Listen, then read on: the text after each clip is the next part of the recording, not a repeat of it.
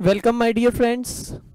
आज हम रजिस्ट्रेशन वाले चैप्टर में और आगे बढ़ने वाले हैं और आज हम क्या स्टार्ट करने वाले हैं। हम स्टार्ट करने वाले हैं सेक्शन नंबर 25।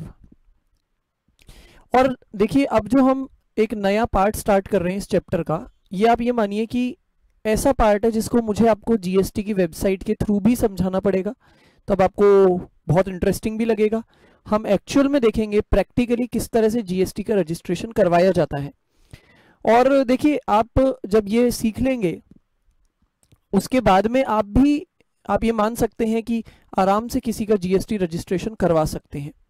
ठीक है, आपको बहुत ध्यान से सब बातों को सुनना है और इस क्लास को और आगे वाली क्लासेस को बहुत ध्यान से अब आपको देखना होगा, सुनना होगा। एक एक बात को हम डिटेल में समझेंगे। लेकिन हाँ, मैं आपको ये बात अभी बता देता हूँ कि इस वाली क्लास में मैं आपको जीएसटी की वेबसाइट पर ले जा करके अभी नहीं बताऊंगा, ये काम हम नेक्स्ट क्लास में कर पाएंगे। लेकिन उसके पहले के जो बाकी मेरे को आपको पूरा बेसिक समझाना है उसका, वो मैं अभी आपको बताने वाला हूँ। तो याद रखिएगा, आज की क्लास भी बड़ी इंपॉर्टेंट है और फिर नेक्स्ट क्लासेस से तो आपको खुद को ही बड़ा इंटरेस्ट आएगा। आइए स्टार्ट करते हैं। हम अभी चल रहे हैं सेक्शन नंबर 25 पर। देखिए, बहुत ध्यान से अब आप देखने वाले हैं। सबसे पहले यहाँ पे हमें सबसेक्शन 1 बताता है time limit for applying for registration. हमें अगर रजिस्ट्रेशन के लिए अप्लाई करना है तो उसके लिए टाइम लिमिट क्या है, आइए देखते हैं। देखिए, ये बात तो हमें सेक्शन 22 और 24 से मालूम पड़ती है कि कौन कौन जीएसटी में रजिस्ट्रेशन के लिए लायबल है। Who is liable for registration, ये तो हम कहां से समझते हैं? सेक्शन नंबर 22 और 24 से। ठीक बात है ना? 22 और 24 हमें ये बताते हैं कि कौन कौन जीएसटी में रजिस्ट्रेशन के लिए जिम्मेवार है। लेकिन अब अगर हमें ये मालूम पड़ गया है कि हम जिम्मेवार हैं, हमें अब रजिस्ट्रेशन करवाना है, चाहे तो सेक्शन 22 के हिसाब से करवाना है, चाहे सेक्शन 24 के हिसाब से करवाना है, लेकिन एक बार अगर हमें मालूम पड़ गया कि yes we are now liable for registration, तो अब हमें उसके लिए एप्लीकेशन देनी होगी, रजिस्ट्रेशन के लिए अप्लाई करना होगा। वो कितने समय में करना होगा आइए देखते हैं। लिखा हुआ है अब हमें अप्लाई करना पड़ेगा रजिस्ट्रेशन के लिए। मैं एक बार आपको नीचे लेकर आता हूं, उसमें लिखा है within 30 days from the date on which he becomes liable to registration. जैसे मान लीजिए कि मैं रजिस्ट्रेशन के लिए लायबल होता हूं, लेट्स से 1 अगस्त को, 1 अगस्त को मैं लायबल होता हूं रजिस्ट्रेशन के लिए। क्यों? शायद इसलिए क्योंकि मैं सेक्शन 22 के अकॉर्डिंग लिमिट्स को क्रॉस कर चुका हूं 1 अगस्त को, और चाहे इसलिए कि मैं सेक्शन 24 के कंपल्सरी रजिस्ट्रेशन में आ चुका हूं। कोई भी कारण हो सकता है। जिस दिन मैं लायबल होता हूं, मैंने एग्जाम्पल में आपको बताया 1 अगस्त, तो 1 अगस्त से लेके 30 दिन का आपको टाइम मिलेगा, यानी 30 अगस्त तक आपको रजिस्ट्रेशन के लिए अप्लाई कर ही देना है। बात आती है कहां पर करेंगे हम रजिस्ट्रेशन के लिए अप्लाई, वो मैंने आपको बता ही रखा है। हम ऑनलाइन जीएसटी की वेबसाइट पर जाकर के ये काम करवाएंगे और वो मैं आपको नेक्स्ट क्लास में सिखाऊंगा। अच्छा, दूसरी बात हम ये भी जानते हैं कि हमें जहां जहां भी हमारा काम हो रहा है, जिस जिस भी स्टेट में हमारा ऑफिस खुला हुआ है, चाहे स्टेट में चाहे यूनियन टेरिटरी में, उन हर एक स्टेट या यूनियन टेरिटरी में हमें अलग रजिस्ट्रेशन लेना होगा। क्योंकि हम शुरू से पढ़ते आ रहे हैं कि रजिस्ट्रेशन यहाँ पर स्टेट वाइज होगा या यूनियन टेरिटरी वाइज होगा, सेंट्रलाइज रजिस्ट्रेशन नहीं होगा। तो इसलिए यहाँ पे लिखा हुआ है इन एवरी सच स्टेट या UT in which he is so liable. अब आप मुझे एक बात बताइए फटाफट से, आपको पता होना चाहिए कि अगर मेरा काम 5 स्टेट्स या यूनियन टेरिटरीज में होता है, मेरा बिजनेस 5 स्टेट्स या यूनियन टेरिटरीज से होता है, और सपोज करिए कि मैं सेक्शन 22 या 24 के अकॉर्डिंग लायबल हो चुका हूं, तो क्या ये जरूरी होगा कि मुझे 5 स्टेट्स में अलग अलग रजिस्ट्रेशन करवाना ही है? तो आप बोलेंगे यस सर, बिल्कुल आपको अलग अलग ही करवाना है, आपको एक साथ करवाना ही नहीं है। अच्छा, मेरा दूसरा सवाल है आपसे, क्या यह जरूरी है कि मैं 5 स्टेट से रजिस्ट्रेशन करवाऊं? कंपलसरी होगा कि 5 में मेरा रजिस्ट्रेशन हो? ऐसा भी कोई केस हो सकता है कि जिसमें मैं केवल 4 स्टेट्स के ऑफिसेज का तो करवाता हूं रजिस्ट्रेशन और 5वें का नहीं करवाता? ऐसा कोई केस हो सकता है क्या? अब इसका जवाब भी आपको पता होना चाहिए। हमने सेक्शन 22 जब पढ़ा था तो वहां पर ही हमने ये बात पढ़ ली थी कि याद रखो, रजिस्ट्रेशन आपको केवल उस स्टेट से ही करना होगा, उस स्टेट वाले ऑफिस में ही रजिस्ट्रेशन लेना होगा जहां से आप टैक्सेबल सप्लाई कर रहे हैं। अगर आप टैक्सेबल सप्लाई नहीं कर रहे हैं, वहां से आप पूरी तरह एग्जेम्प्टेड वाली सप्लाई कर रहे हैं, तो आपको कोई जरूरत नहीं है कि आप उस स्टेट में रजिस्ट्रेशन ले। कहने का मतलब हमें ये तो डिसाइड करना ही पड़ेगा कि हम किस किस स्टेट में रजिस्ट्रेशन के लिए लायबल है, और फिर वहां से हमें रजिस्ट्रेशन करवाना होगा, एप्लीकेशन देनी होगी। कितने दिनों में देनी होगी? लायबल होने से विद इन 30 डेज।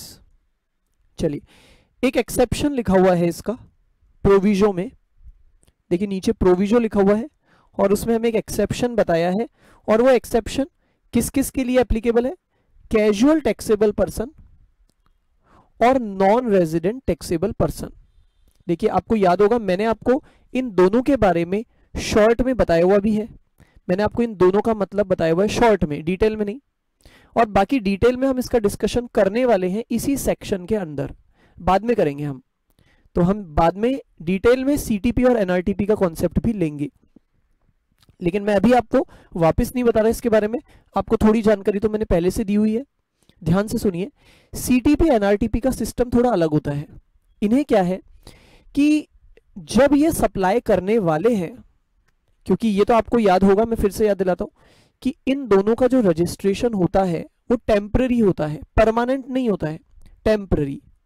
जैसे इनको अगर ये लग रहा है कि मैं सप्लाई करने वाला हूं केवल 15 दिन के लिए, बस केवल 15 दिन के लिए मैंने यहां पर अपना एग्जीबिशन टाइप का लगाया है या दुकान टाइप की खोली है, मैं केवल 15 दिन के लिए ही यहां से सप्लाई करूंगा, तो इसको केवल टेम्पररी 15 दिन के लिए रजिस्ट्रेशन लेना होता है। लेकिन यहां इनको क्या करना होता है? यहां पर इनको अपना बिजनेस जो टेम्पररी नेचर का है, इनको सपोज मैंने एग्जांपल में बताया 15 दिन के लिए सप्लाई करनी है, तो वो चालू होने के पहले कम से कम 5 दिन पहले इन्हें रजिस्ट्रेशन करवाना होता है एज अ सीटीपी और एज एनआरटीपी। समझ गए इनको क्या सिस्टम बताया गया है? इनको बताया गया है तुम जब से सप्लाई शुरू करोगे उसके कम से कम 5 दिन पहले ही, मतलब चाहे तुम 6 दिन पहले करवा लो, 7 दिन पहले, 10 दिन पहले, है ना, लेकिन 5 दिन के अंदर अंदर नहीं होना चाहिए। ऐसे नहीं 2 दिन पहले करवा रहे हो रजिस्ट्रेशन, ऐसे नहीं, तो कम से कम 5 दिन के पहले पहले तुमको रजिस्ट्रेशन करवाना ही पड़ेगा एज अ सीटीपी और एज एनआरटीपी। तो बताइए, नॉर्मल केस भी आपको समझ में आ गया कि लाइबल होने के 30 दिनों में, लेकिन सीटीपी एनआरटीपी को बोला है जब से तुम सप्लाई करना शुरू करोगे उसके कम से कम 5 दिन पहले। ठीक है, चलिए और आगे बढ़ते हैं। आगे क्या दिख रहा है हमें? State wise registration. अब ये बात तो मैं आपको बहुत अच्छे से समझा चुका हूं, लेकिन अब ये यहां पर लॉ में लिखी हुई है, मैंने अब तक आपको अपने तरीके से समझाया था, बट अब लॉ में जो बात लिखी है उसको भी पढ़ लेते हैं, कोई नई बात नहीं मिलेगी हमें। देखिए क्या लिखा है, लिखा है registration needs to be state wise, यानी कि there is no centralised registration under GST. जानते हैं आप ये बात? अच्छा, क्या एक स्टेट के अंदर भी अगर हमारी अलग अलग ब्रांचेस है, अलग अलग ऑफिसेज है, तो क्या जरूरी है हम उनका सिंगल रजिस्ट्रेशन ले? तो एक बार तो इन्होंने बोला कि हाँ भाई आप ले सकते हो, अगर चाहो तो आप आराम से सिंगल रजिस्ट्रेशन ले लो उन सभी का। लेकिन अगर आप ऐसा करते हो कि मान लीजिए, मैंने आपको पहले भी बताया हुआ है, सपोज करिए हमारी 3 ब्रांचेज है विद इन राजस्थान, हम उन तीनों का सिंगल रजिस्ट्रेशन ले तो सकते हैं, लेकिन फिर हमको उनमें से किसी एक को प्रिंसिपल प्लेस ऑफ बिजनेस बताना पड़ेगा, डिक्लेयर करना पड़ेगा, और बाकी की जो रह जाएंगी उन्हें कहा जाएगा एडिशनल प्लेस ऑफ बिजनेस। ठीक है, ये हमें डिक्लेयर करना होगा कि इनमें से कौन सा हमारा प्रिंसिपल प्लेस है और कौन सा एडिशनल प्लेस है। देखिए, मैं आपको ये वाली बात दिखाऊंगा जब हम नेक्स्ट क्लास में जीएसटी का रजिस्ट्रेशन प्रैक्टिकली सीखेंगे, तब मैं आपको दिखाऊंगा ये चीज। और आगे चलते हैं। फिर हमें यह भी बताया है कि अगर आप सेम स्टेट में चाहो तो अलग अलग रजिस्ट्रेशन भी करवा सकते हो, आपकी इच्छा है। वैसे तो आप सिंगल भी करवा सकते हो और चाहो तो अलग अलग भी करवा सकते हो, लेकिन विद इन अ स्टेट एक टैक्स पेयर जो है वो अगर चाहे तो उसके पास ऑप्शन है कि वो इंडिपेंडेंट रजिस्ट्रेशन करवाए हर एक ब्रांच का। अच्छा, ऐसे में अब यहां पे बड़ी इंपॉर्टेंट बात है, आपको याद होगा हमने ये बात पढ़ी हुई है कि अगर आपने अलग अलग रजिस्ट्रेशन करवा लिया है तो उन सभी को डिस्टिंक्ट पर्सन माना जाता है, ये मैंने आपको बताया हुआ है। और वैसे डिस्टिंक्ट पर्सन का जो प्रॉपर टॉपिक है ना, वो हम आगे अभी पढ़ने ही वाले। देखिए आप यहाँ पे देख सकते हैं, हम डिस्टिंक्ट पर्सन की डिटेल अभी वापस देखने वाले हैं। वैसे मैंने आपको यही बात पहले भी पढ़ाई हुई है, और ये मैंने आपको सप्लाई वाला जब चैप्टर किया था आपने, वहां पर मैंने आपको बताया हुआ है, लेकिन ठीक है हम वापस भी करेंगे, कोई इशू नहीं है। देखिए क्या लिखा है कि अगर आपने ऐसा किया कि आपने सेपरेट रजिस्ट्रेशन ले लिया, तो आपको जैसा कि याद होगा, इन सभी सेपरेटली रजिस्टर्ड ब्रांचेस को माना जाता है डिस्टिंक्ट पर्सन। इनको क्या माना जाएगा? डिस्टिंक्ट पर्सन माना जाएगा, ठीक है। और अगर ये डिस्टिंक्ट पर्सन माने जा रहे हैं, तो नेचुरली फिर अगर ये एक दूसरे को कोई माल भेजते हैं तो उसे सप्लाई की तरह माना जाता है, ठीक है। अगर एक ब्रांच से, मेरी ही एक ब्रांच से मेरी दूसरी ब्रांच में अगर माल जाएगा, तो आपको याद होगा उसको फिर हम सप्लाई मान लेते हैं। और ऐसे में फिर जिस ब्रांच से माल गया है उसे इशू करना पड़ेगा एक इनवॉइस, टैक्स इनवॉइस। जबकि वैसे देखा जाए तो अगर हमारी ही एक ब्रांच से दूसरी ब्रांच में हम माल को भेजते हैं, तो हम कोई पैसे का लेन देन तो करेंगे नहीं, कंसिडरेशन तो होगा नहीं, और एक्चुअल में हम कोई बेच भी नहीं रहे हैं उसे। लेकिन फिर भी जैसा कि आपको याद होगा, इसको एक सप्लाई माना जाता है, और जबकि इसको सप्लाई माना जाता है तो इस पर जीएसटी लगता है, और जबकि इस पर जीएसटी लगता है तो फिर जिस ब्रांच से माल भेजा जाएगा उसे इशू करना पड़ेगा एक टैक्स इनवॉइस। ये बहुत ध्यान से सुनने की बात थी। चलिए आगे बढ़ते हैं। Separate registration application needs to be filed for each branch. ये भी गौर करने की बात है कि आप अगर विद इन राजस्थान आपकी 3 ब्रांचेज है और आप तीनों का अलग अलग रजिस्ट्रेशन लेना चाहते हो, तो आपको एप्लीकेशन भी 3 अलग अलग बार भरनी पड़ेगी, ठीक है। 3 बार आपको एप्लीकेशंस भरने पड़ेंगे। ऐसे नहीं आपने एक ही एप्लीकेशन में तीनों का नाम डाल दिया, नहीं नहीं नहीं। अगर आपने ऐसा कर दिया कि एक साथ ही तीनों का नाम डाल दिया, तब तो क्या होगा, तब तो वो सिंगल रजिस्ट्रेशन में आ जाएंगे। हम तो चाहते हैं अलग अलग करना, तो फिर हमें एप्लीकेशंस भी अलग अलग भरनी पड़ेगी, जो कि मैं आपको नेक्स्ट क्लास में सिखाऊंगा। और आगे बढ़ते हैं। नेक्स्ट लिखा हुआ है कि ये भी आपको याद रखना है, अगर आप कॉम्पोजिशन लेवी में आना चाहते हो, आप अपनी एक ब्रांच को कॉम्पोजिशन में डालना चाहते हो, तो आप ऐसा नहीं कर सकते कि जो दूसरी ब्रांच है वो नॉर्मल वाले में आ जाए, नॉर्मल लेवी में। ये अलाउड नहीं है, ये तो आपको पता ही है। आपने जब कॉम्पोजिशन स्कीम वाला टॉपिक पढ़ा था तो वहां पर ही आपको ये बात क्लियर हो गई होगी। चलिए और आगे बढ़ते हैं। नेक्स्ट टॉपिक छोटा सा, वॉलंटरी रजिस्ट्रेशन। इसमें हमें ये बताया गया है कि देखो, चाहे एक पर्सन रजिस्ट्रेशन के लिए लायबल नहीं है ना, सेक्शन 22 और 24 के अकॉर्डिंग अगर वो रजिस्ट्रेशन के लिए लायबल नहीं भी है ना, तो भी वो चाहे तो अपनी इच्छा से रजिस्ट्रेशन ले सकता है जीएसटी में। वॉलंटरीली वो जीएसटी का रजिस्ट्रेशन करवा सकता है, ठीक है। आप बोलेंगे सर ऐसा कोई क्यों करेगा? ये नेचुरल क्वेश्चन दिमाग में आता है कि सर जबकि कोई लायबल ही नहीं है तो उसको मजा आ रहा है क्या, उसको शौक आ रहा है क्या रजिस्ट्रेशन का? मैं आपको बताता हूं कि बिल्कुल हाँ, उसको शौक ही आ रहा है। क्यों आ रहा है? उसको क्या फायदा मिल रहा है इसका? अरे बिना मतलब में रजिस्ट्रेशन ले लेगा तो उस पर जीएसटी लगना शुरू हो जाएगा, फिर वो भी जीएसटी के सिस्टम में आ जाएगा, उसको रिटर्न्स भरनी पड़ेगी, सारे लफड़े उसको करने पड़ेंगे। क्यों वो ऐसा काम करना चाहता है? देखिए आप इस बात को समझिए कि अगर, जैसे अब मैं आपको प्रैक्टिकली बताता हूँ कि ऐसा लोग क्यों करते होंगे, प्रैक्टिकली ऐसा कौन करते होंगे, सुनिए ध्यान से। देखिए, अगर मैं हूं एक बिजनेसमैन और मैं सप्लाई भी करता हूं किसी बिजनेस को ही, यानी मैं B2B सप्लाई करता हूं, तो आपको मालूम है मेरा फायदा उसी में है कि मैं रजिस्ट्रेशन करवा लूं। चाहे मैं वैसे लायबल नहीं हूं, मेरा काम बहुत छोटा है, फिर भी मेरी समझदारी इसी में है, अगर मैं मेरे बिजनेस को आगे बढ़ाना चाहता हूं तो मेरी समझदारी इसी में कि मैं रजिस्ट्रेशन करवा लूं। नहीं तो पता है क्या होगा, नहीं तो क्या होगा, नहीं तो आप जानते हैं जो अनरजिस्टर्ड पर्सन होता है ना, वो खुद जो माल खरीदेगा उस पे भले उसने जीएसटी पे किया है। तो अब आप सोचिए, इस बी ने, जो कि रजिस्टर्ड पर्सन नहीं है, मैं मान लेता हूं ये अनरजिस्टर्ड है, इसने जब माल खरीदा होगा उस पर इसने जीएसटी तो चुकाया होगा, लेकिन क्या ये क्रेडिट लेता होगा इसका? नहीं, क्योंकि ये रजिस्टर्ड ही नहीं है, इसको क्रेडिट मिलेगा कहां से? क्रेडिट तो केवल उनको मिलता है जो जीएसटी में रजिस्टर्ड होते हैं। तो इसको क्रेडिट मिला नहीं होगा। अब आप जानते हैं कि जब मैंने जो जीएसटी चुकाया है उसका मुझे क्रेडिट ही नहीं मिलेगा तो वो मेरी कॉस्ट का पार्ट बन जाएगा। ये सारा सिस्टम मैंने आपको पहले बताया हुआ है, जो ओरिजिनल हमने कॉन्सेप्ट्स वाली क्लास देखी थी, जीएसटी के कॉन्सेप्ट्स वाली शुरू की जो 5 क्लासेस देखी थी, उसमें मैंने आपको ये सब चीजें बताई हुई है बहुत डिटेल में। ठीक है, तो अब आप सोचिए जबकि वो क्रेडिट नहीं ले पा रहा तो फिर उसकी कॉस्ट में वो चीज ऐड हो जाएगी, उतने रुपए। कॉस्ट में ऐड होने से इस माल की फाइनल जो प्राइस होगी जिसमें ये नेक्स्ट बिजनेसमैन को बेचेगा, सोचिए वो तो बहुत महंगा पड़ जाएगा, उसको खरीदने वाले को बहुत महंगा पड़ जाएगा, इसलिए खरीदने वाला खरीदेगा ही नहीं फिर इससे। और इसीलिए समझदारी इसी में है कि ये अनरजिस्टर्ड के बजाय रजिस्टर्ड हो जाए।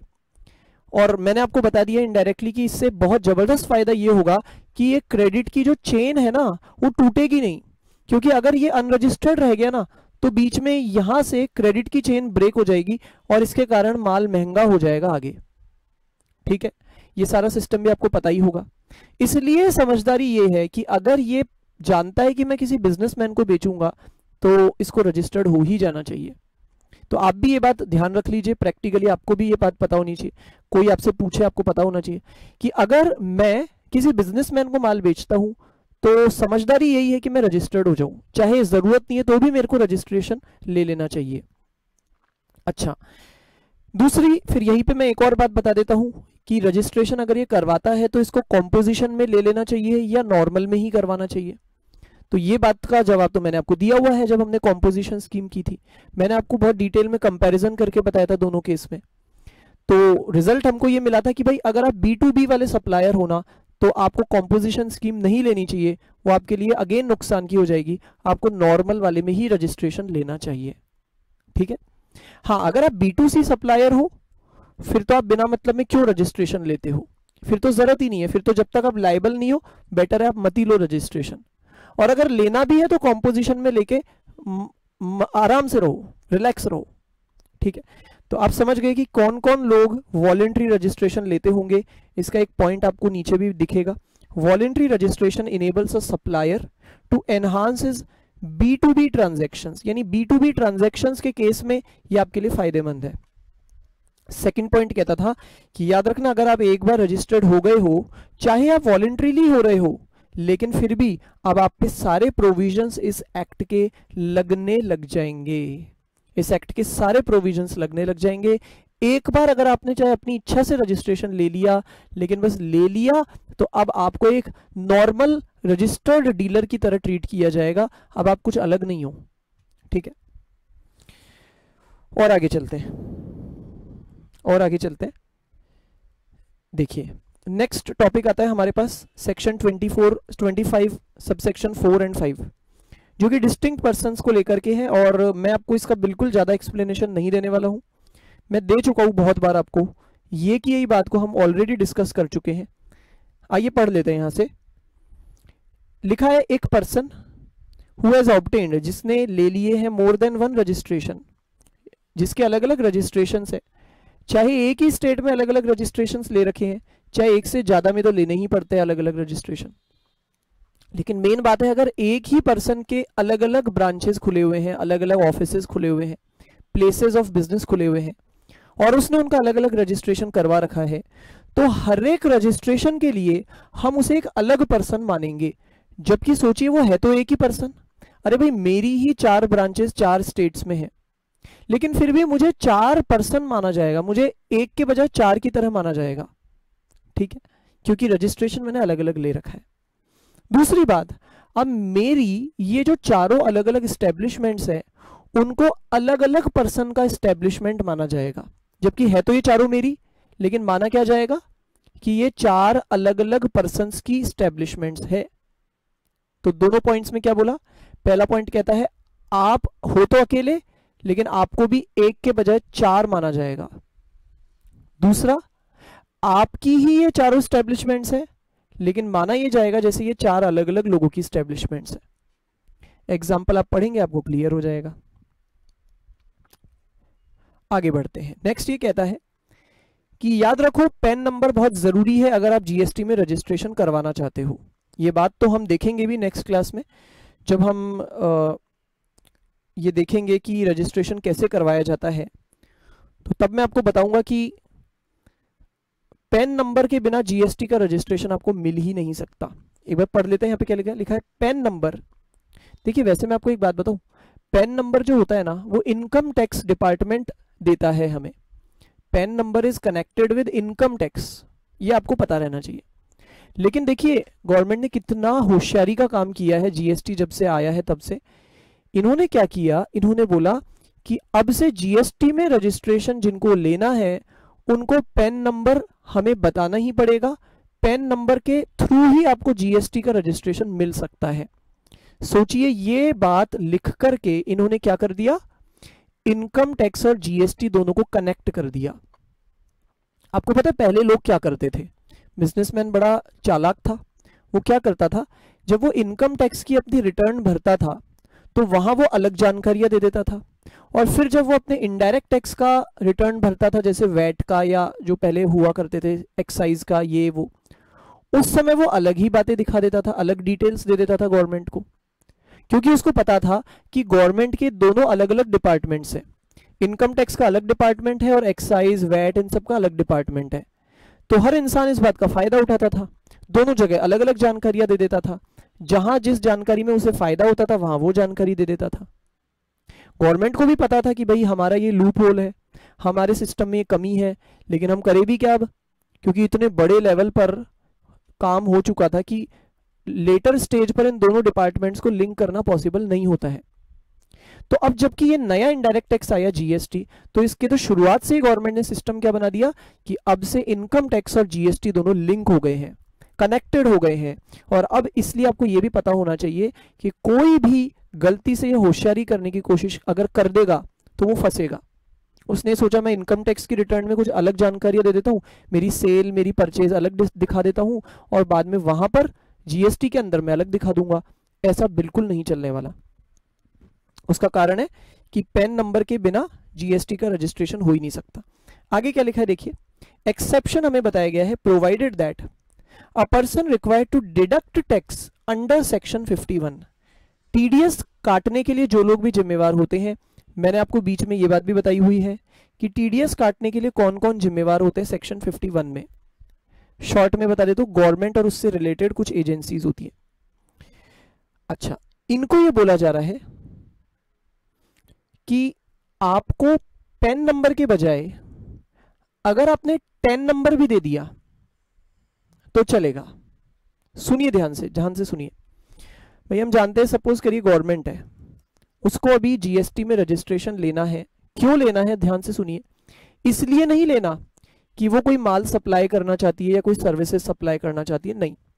गवर्नमेंट का एक डिपार्टमेंट है, वो इसलिए रजिस्ट्रेशन ले रहा है क्योंकि वो लायबल है टीडीएस काटने के लिए।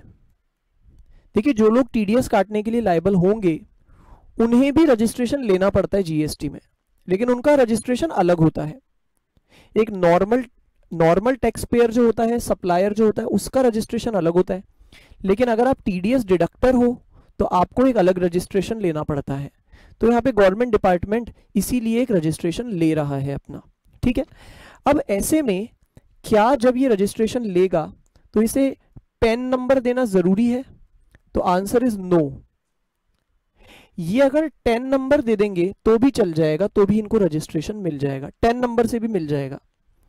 10 नंबर की फुल फॉर्म होती है जो यहां पर लिखी हुई है, मैं लिखता नहीं हूं, आपको यहीं से दिखा देता हूं। 10 की फुल फॉर्म होती है tax deductor and collector account number. यहाँ पे टी का फुल फॉर्म क्या है, टी का फुल फॉर्म है टैक्स डिडक्शन एंड कलेक्शन, ए का फुल फॉर्म है अकाउंट और एन का है नंबर। तो इस तरह से 10 नंबर हम इसको कहते हैं, ठीक है। वैसे आपकी जानकारी के लिए मैं ये भी बता दूं कि जैसे पैन नंबर भी इनकम टैक्स वाले देते हैं, वैसे ये 10 नंबर भी इनकम टैक्स वाले देते हैं, लेकिन उसे यहां पर यूज किया जा रहा है जीएसटी में। क्लियर हो गया? क्योंकि आपको शायद पता हो कि जैसे जीएसटी में भी टीडीएस का सिस्टम मैं आपको बता रहा हूं, वैसे इनकम टैक्स में तो सालों से चलता आ रहा है टीडीएस का सिस्टम, ठीक है। तो जो इनकम टैक्स से हमें 10 नंबर मिला था वो यहां पर मांगा जा रहा है, ठीक है। तो ये कहते हैं बिना पैन नंबर के भी आपका काम हो जाएगा अगर आपने 10 नंबर दे दिया तो। एक और केस हमें बताया गया है कि जो एनआरटीपी होते हैं, नॉन रेजिडेंट टैक्सेबल पर्सन, आपको पता है ना कि एनआरटीपी को भी अलग तरीके से रजिस्ट्रेशन करवाना ही पड़ता है इंडिया में, है तो वो नॉन रेजिडेंट बट उसको करवाना पड़ता है रजिस्ट्रेशन।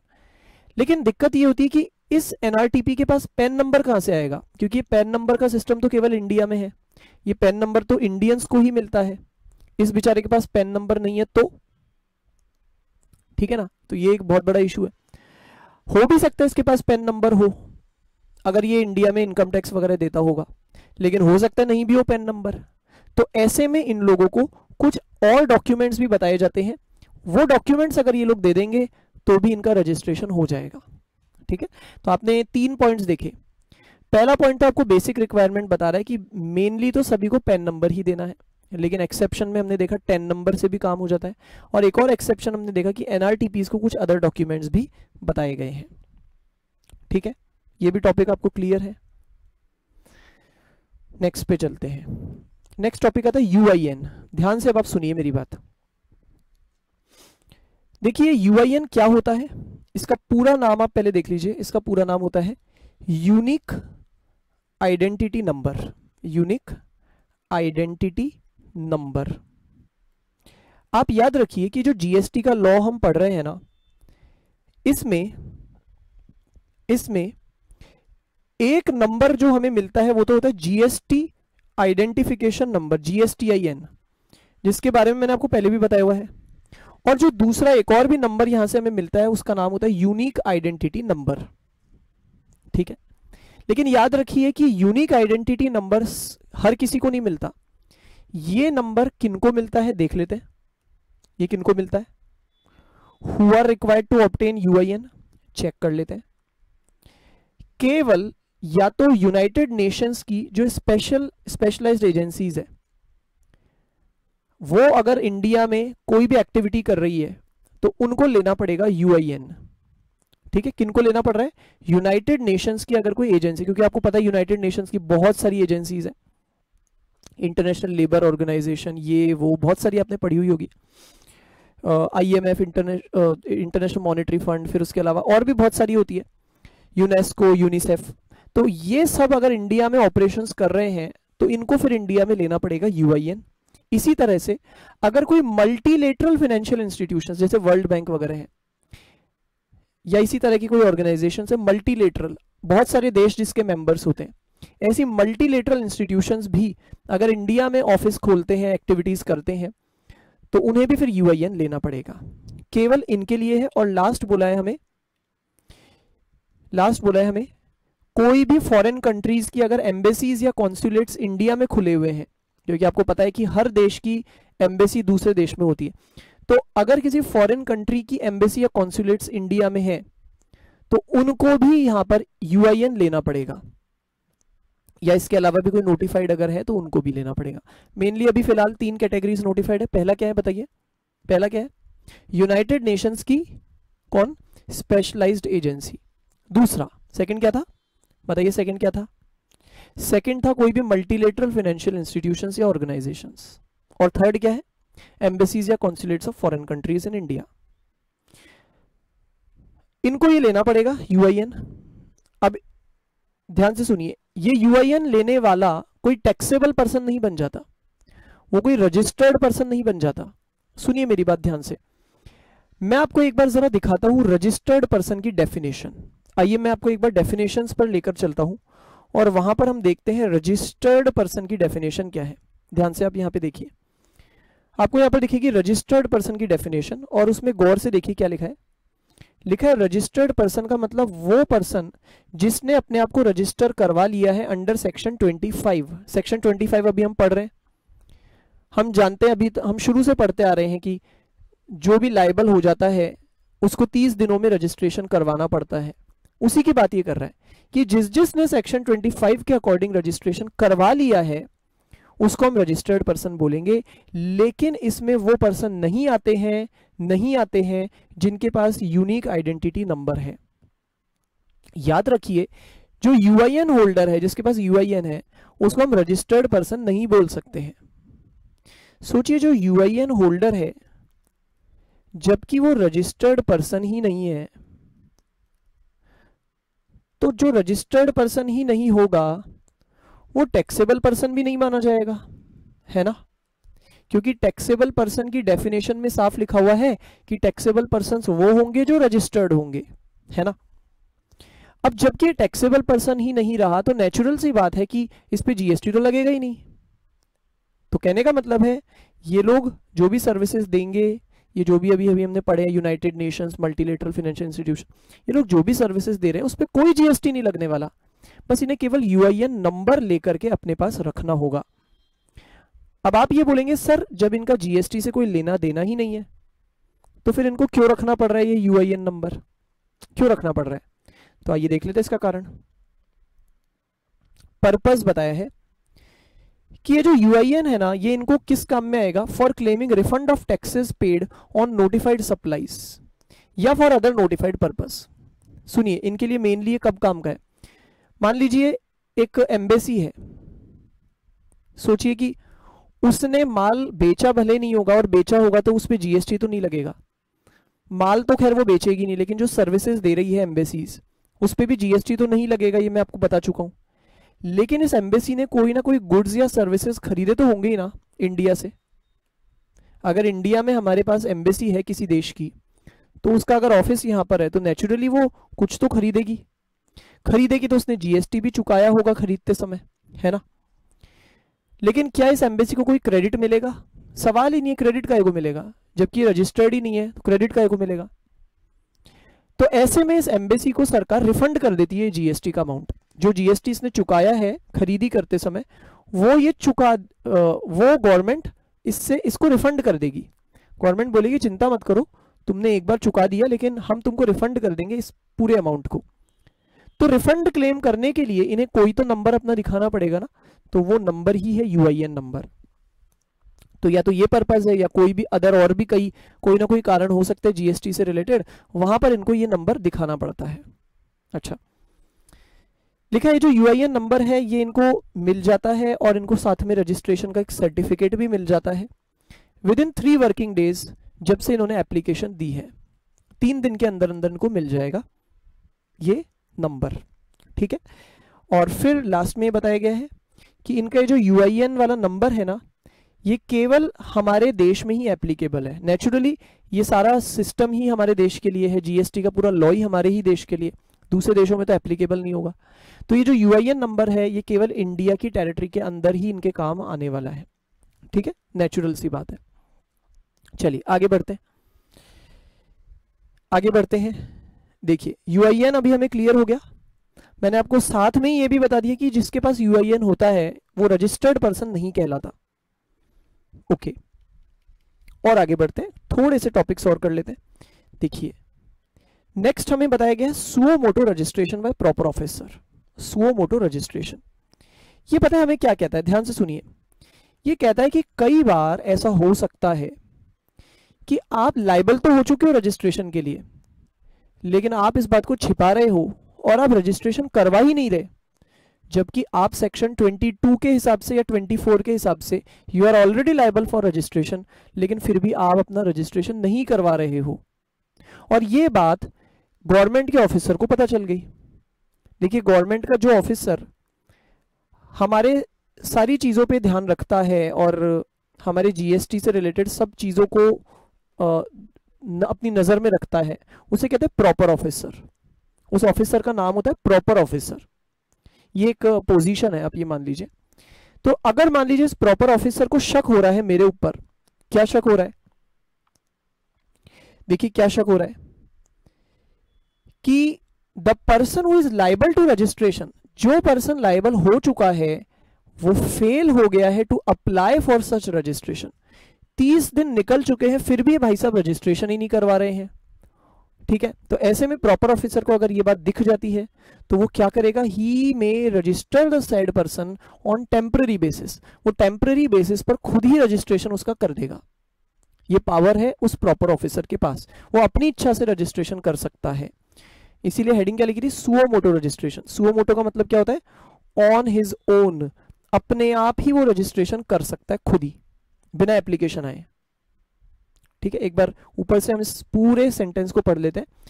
वेयर ऑन एनी सर्वे या इंक्वायरी या इंस्पेक्शन। देखिए मान लीजिए उस प्रॉपर ऑफिसर ने कोई सर्वे करवाया होगा, कोई इंक्वायरी की होगी हमारे यहाँ पर, कोई इंस्पेक्शन किया होगा, सर्च किया होगा, ढूंढा होगा, हमारे डॉक्यूमेंट्स वगैरह को तलाशी ली होगी, और भी कोई कार्यवाही की होगी इस एक्ट के अकॉर्डिंग। और ये कार्यवाहियां करने के बाद अगर उन्हें ऐसा पता चलता है कि, अब आगे तो आप जानते ही हैं कि भाई हम लायबल थे फिर भी हमने रजिस्ट्रेशन नहीं लिया, तो फिर वो खुद अपनी इच्छा से रजिस्ट्रेशन कर देगा। लेकिन याद रखिए टेम्पररी रजिस्ट्रेशन है, दिस इज टेम्पररी। ओके, अब ऐसे में हमारे पास में क्या ऑप्शन है? मान लीजिए उसने मेरा बिना बात में रजिस्ट्रेशन कर दिया अपनी इच्छा से, टेम्पररी। अब मैं क्या कर सकता हूं? या तो मैं ये बात एक्सेप्ट कर लूंगा कि हाँ भाई सच में मेरी गलती हो गई है, मैं लायबल तो हो गया था लेकिन मैंने रजिस्ट्रेशन करवाया नहीं, मैं अब करवा देता हूं। तो ऐसे में मैं क्या करूंगा, मैं एप्लीकेशन जमा करा दूंगा रजिस्ट्रेशन की, और ये करने के लिए मुझे 90 दिन का समय मिलेगा। कब से 90 दिन? From the date of grant of temporary registration. अरे भाई एक बार तो मैं रजिस्टर्ड हो चुका ना, अब जबरदस्ती हो गया, चाहे हो तो क्या। तो जब से मेरे को टेम्पररी रजिस्ट्रेशन मिल गया था उसके 90 डेज में अब मुझे परमानेंट रजिस्ट्रेशन करवाना पड़ेगा, और उसका प्रोसेस सेम होगा जो कि बाकी सबके लिए होता है, और वो मैं आपको नेक्स्ट क्लास में बताऊंगा ही। या तो मेरे पास ये ऑप्शन है कि मैं सीधे सीधे उसको एडमिट कर लूं, अगर मुझे लगता है कि हाँ सच में मैं लायबल था तो मैं करवा लूंगा रजिस्ट्रेशन।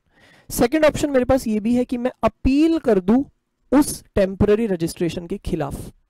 अगर मुझे ऐसा लगता है कि प्रॉपर ऑफिसर ने बिना मतलब में मेरा रजिस्ट्रेशन कर दिया जबकि मैं लायबल था ही नहीं, तो ऐसे में मैं उसके खिलाफ केस कर सकता हूं, अपील कर सकता हूं।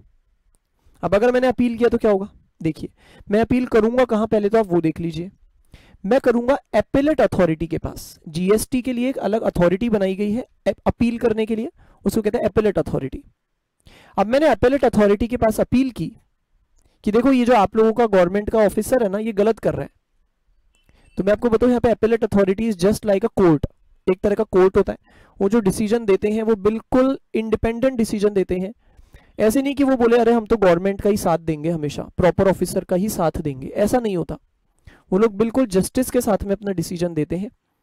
सपोज करिए एपेलेट अथॉरिटी ने क्या किया, उसने लाइबिलिटी को अपहोल्ड कर दिया। अपहोल्ड कर दिया का मतलब है उसने प्रॉपर ऑफिसर के डिसीजन पे ठप्पा लगा दिया उल्टा।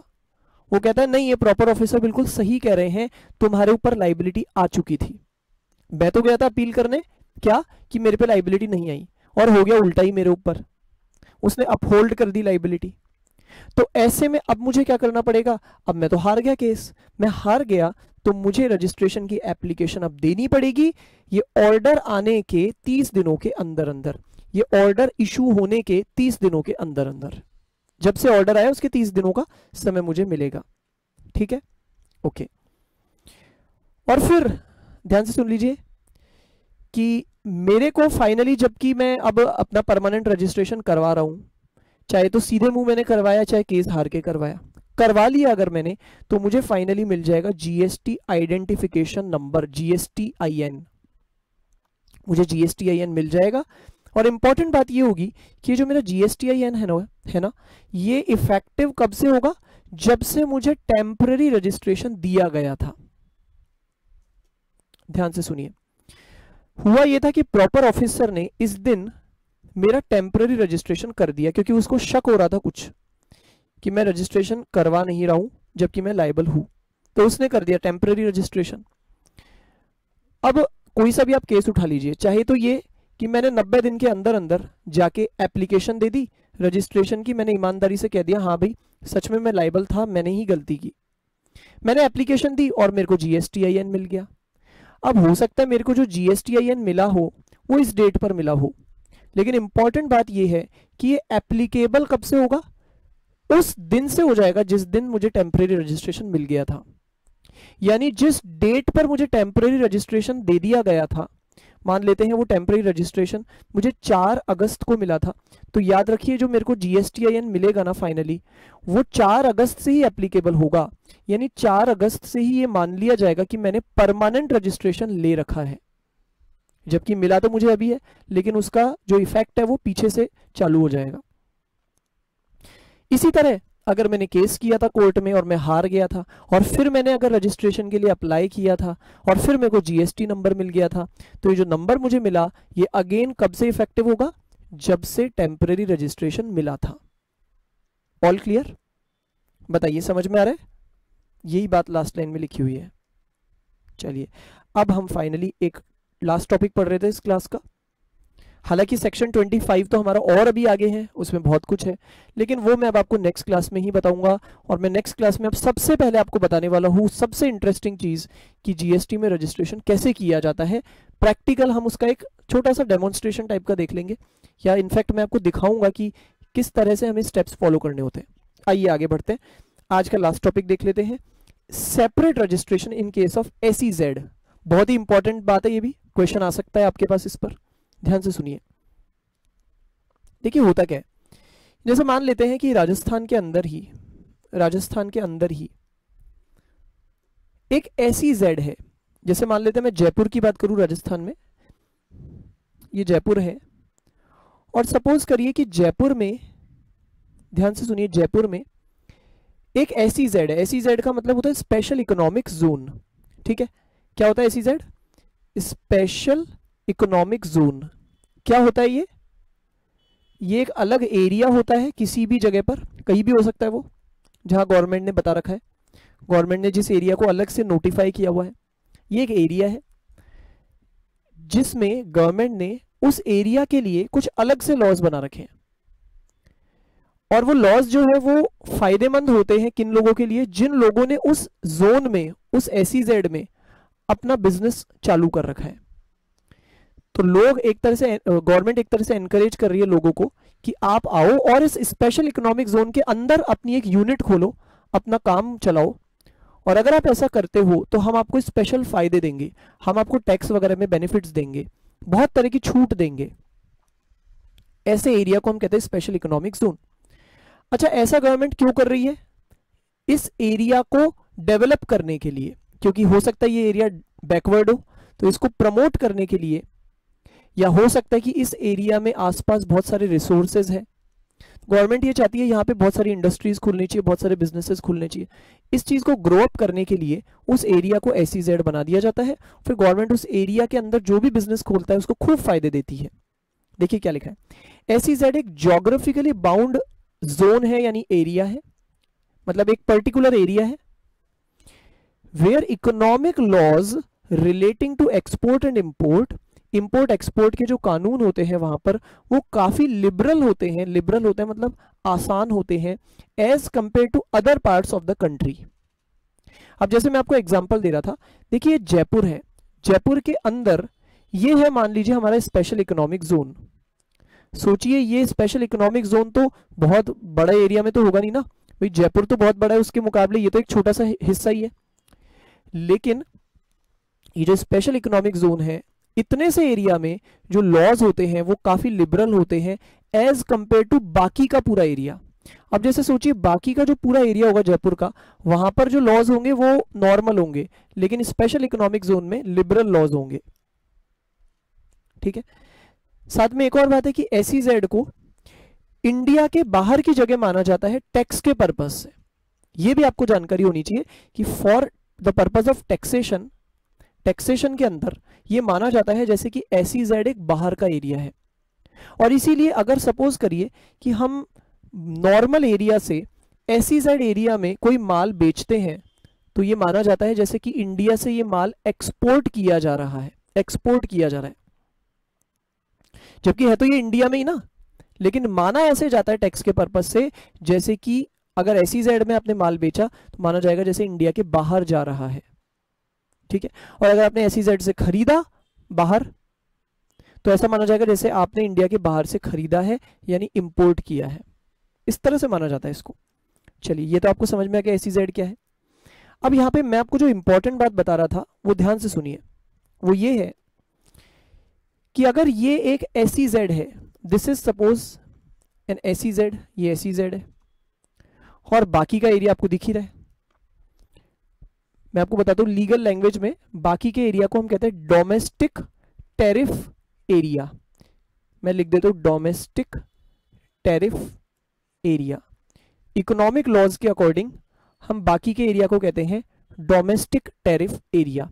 तो एक तो एसईजेड हो गया, एसईजेड के अलावा जो होता है उसको हम क्या कहते हैं, DTA, that is called the DTA. अब सुनिए ध्यान से, मान लीजिए मेरी एक यूनिट तो या ब्रांच, यूनिट या ब्रांच एक ही बात है, मैंने मेरी एक यूनिट तो एसईजेड के अंदर खोल रखी है, ये मेरी एक यूनिट है, और मैंने मेरी दूसरी यूनिट एसईजेड के बाहर खोल रखी है, यानी जो डोमेस्टिक टैरिफ एरिया है वहां पे खोल रखी है। ये दोनों यूनिट्स मेरी ही है। सोचिए एक ही स्टेट के अंदर है ना, ये मैंने एग्जांपल में आपको यही बताया कि एक ही स्टेट के अंदर है, राजस्थान के अंदर ही है। अरे स्टेट तो छोड़िए, एक ही शहर में है, जयपुर में ही है। लेकिन अब आप मुझे बताइए, क्या मुझे इन दोनों का अलग अलग रजिस्ट्रेशन लेना पड़ेगा? आप बोलेंगे सर आपकी इच्छा है, हमने पढ़ा था कि भाई आपकी इच्छा है, अगर एक ही स्टेट में है आप चाहो तो करवा लो अलग अलग रजिस्ट्रेशन, नहीं चाहो तो एक ही करवा लो। लेकिन अब यहां पे यही हम एक नई बात सीख रहे हैं कि यहां मुझे इन दोनों का सेपरेट रजिस्ट्रेशन करवाना ही पड़ेगा, करवाना ही पड़ेगा। इसमें मेरी इच्छा नहीं चलेगी, मुझे मजबूरी में इन दोनों का सेपरेट रजिस्ट्रेशन लेना ही पड़ेगा।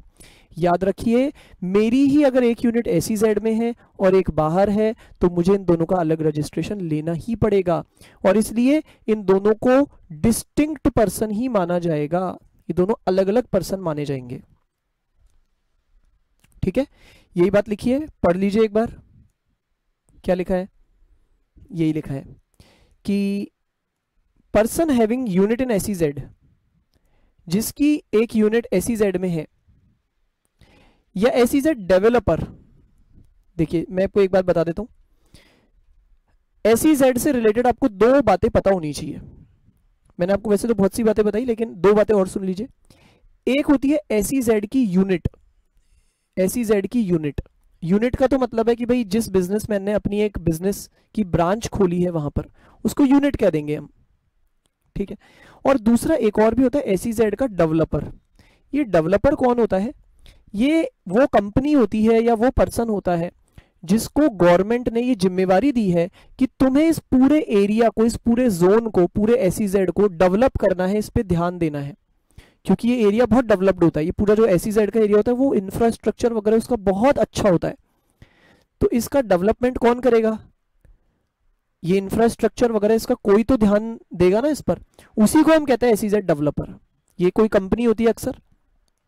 तो एक तो होगी एसईजेड की यूनिट्स जो उस एरिया में बिजनेस चला रहे हैं, और एक हो गया एसईजेड का डेवलपर जो उस पूरे एरिया को डेवलप करता है, उसका ध्यान रखता है, उसको मेंटेन करता है। ठीक है, अब ये कहते हैं हमें कि याद रखना, अगर किसी पर्सन की यूनिट है एसईजेड के अंदर, एक तो इसकी बात हो गई, और दूसरी बात हो रही है एसईजेड के डेवलपर की। कोई भी, चाहे तो आप यूनिट के लिए समझ लीजिए, चाहे आप एसईजेड का जो डेवलपर है उसकी बात कर लीजिए, इनको एक अलग रजिस्ट्रेशन लेना ही पड़ेगा। किससे अलग रजिस्ट्रेशन लेना पड़ेगा? इनकी जो बाहर यूनिट्स है, बाहर जो इनकी यूनिट्स है ना, उनसे अलग रजिस्ट्रेशन इनको इसका लेना पड़ेगा। ठीक है, यही मैं आपको समझा रहा था इतनी देर से। तो यानी एसईजेड डेवलपर जो है ये भी एक कंपनी है ना। अब इस एसईजेड डेवलपर जो है, इसका अगर काम बाहर भी है, एसईजेड के बाहर भी ये काम करता है, तो उसका रजिस्ट्रेशन अलग रहेगा, और यहां अंदर के लिए इसको अलग रजिस्ट्रेशन लेना पड़ेगा, एसईजेड के अंदर के लिए। और आगे इन्होंने यही कह दिया है कि चाहे even when both branches are within one state, जैसे कि मैंने आपको बताया कि दोनों हैं एक ही स्टेट में, लेकिन क्योंकि एक एसईजेड के अंदर एक बाहर है, इसलिए इन दोनों को अलग अलग ही रजिस्ट्रेशन लेना होगा। एग्जाम्पल आप पढ़िएगा, आपको समझ में आ जाएगा। All clear? तो बताइए, आपको पूरी क्लास में हमने जो कुछ अब तक देखा है समझ में आ गया ना? ठीक है, सेक्शन 25 तो अभी हमारा कंप्लीट नहीं हुआ है, वो आगे तक चलेगा, लेकिन हाँ अभी हमने एक पार्ट इसका किया, और अब जैसे कि मैं आपको बार बार कह रहा हूँ, नेक्स्ट क्लास में हम रजिस्ट्रेशन का प्रोसेस सीखेंगे। Thank you.